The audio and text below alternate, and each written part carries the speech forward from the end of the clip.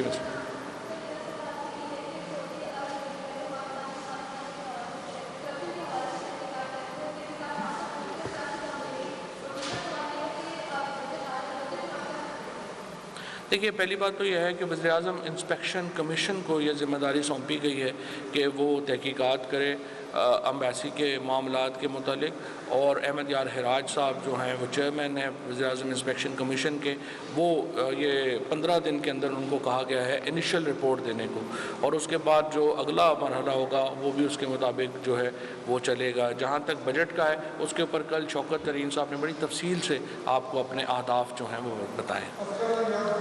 G sir.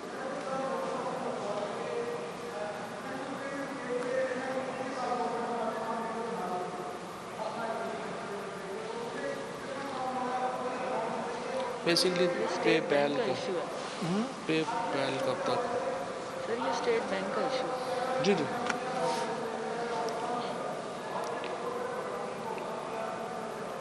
I T export کے اوپر F B are notices بھیج رہا ہے, تو اس کو how you intend to control? نہیں, یہ دیکھو ابھی